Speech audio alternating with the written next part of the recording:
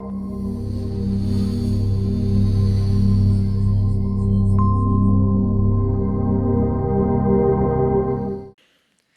you could ask God any one question and you knew he would give you an answer right now, what would you ask him? What would you ask?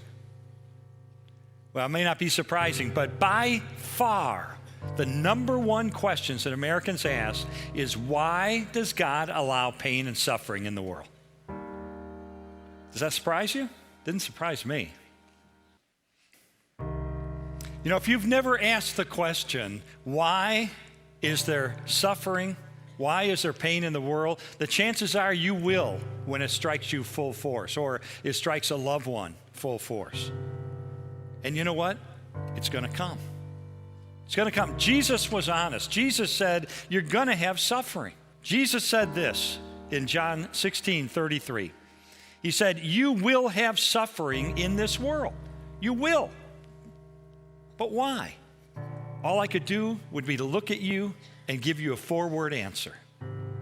I do not know. I don't know. I don't know. I cannot stand in the shoes of God and give a complete answer to that question. I don't have the mind of God. I don't have the eyes of God. 1 Corinthians 13, verse 12 says, now we see things imperfectly, like puzzling reflections in a mirror. But then we will see everything with perfect clarity. All I know now is partial and incomplete. But then I will know everything completely, just as God now knows me completely. So if you ask me, why do individual events of pain and suffering happen? Friends, honestly, in this world, you may not get a full answer. And frankly, if you're going through something like that today, if you're going through an era of your life with a lot of suffering and a lot of pain, then the last thing you really need is some theological treatise on pain and suffering. Because no amount of words are going to be sufficient for you. It's always going to sound trite when you're in the middle of suffering.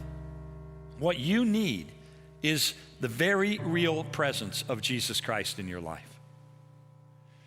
But having said that, and this is equally important, even though we can't understand everything about why we suffer, there are some things that we can know. Even though suffering is not good, God can use it to accomplish good.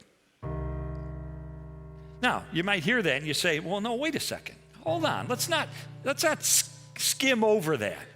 I've gone through some horrific suffering in my life. I've gone through some awful pain in my life. And honestly, I don't think that God, even God, can find any good to emerge from the suffering that I've gone through. Friends, if that's the way you feel today, let me just remind you of one thing. And that is that God is so powerful and so good that he was able to take the worst possible thing that could ever happen in the history of the universe, which is deicide, the death of the Son of the God on a cross. He was able to take the worst thing that could ever happen and turn it into the best thing that has ever happened, which is the opening of heaven to all who follow him. And so you have to say to yourself, if God can take the worst possible thing that could ever occur and turn it into the best possible thing that could ever occur, could he not take my pain and my suffering and cause good to emerge? And the answer is, of course he can. Yes, he can, and he will. He will. He would use your suffering perhaps to draw you into a deeper and more intimate relationship with him. He may cause your suffering to point other people to salvation through Christ. He may use it to mold and to shape your character in ways that never could have been shaped had you not gone through that experience. There are a myriad number of ways that God can and he will cause good to emerge from your suffering if you are committed to following him. We decide whether we're going to turn bitter or turn to God for peace and courage. We make that decision when tough times come. We going to turn bitter, or are we going to turn to God and receive peace and courage? We've all seen examples in our lives of how the same kind of suffering has a completely different effect on two different people. Some people become angry and bitter and turn inward because of the suffering they've gone through. And yet somebody else can go through the same kind of suffering and they come closer to God and closer to people and more loving and more tender. In other words, someone can lose a child to a drunk driver and turn inward with rage and bitterness for the rest of their life. But someone else has a child lost to a drunk driver, and they go out and they start Mothers Against Drunk Driving. One philosopher said this to me. He said, Lee, I believe all suffering is at least potential good, an opportunity for good. He said, it's up to our free choice to actualize that potential. He said, not all of us benefit from suffering and learn from it because it's up to us. It's up to our free will. So we make the choice. Are we going to run away from God, or are we going to run to God? So let me finish that quote that I started this message with, because I only quoted part of this verse, John 16:33. I want to put it into context now. The entire verse says this: I have told you these things so that in me you may have peace. You will have suffering in this world, but be courageous. I have conquered the world. In other words, he offers us in the midst of our suffering the two very things we need the most. He offers us peace for the present and courage for the future. How? Because he's conquered the world. Because through his own suffering and through his death, he has deprived the world of having ultimate power over you. He, through Jesus Christ, entered into our pain, entered into our suffering. And Psalm 34, verse 18 says this: the Lord is close to the brokenhearted, and he saves those who are crushed in spirit.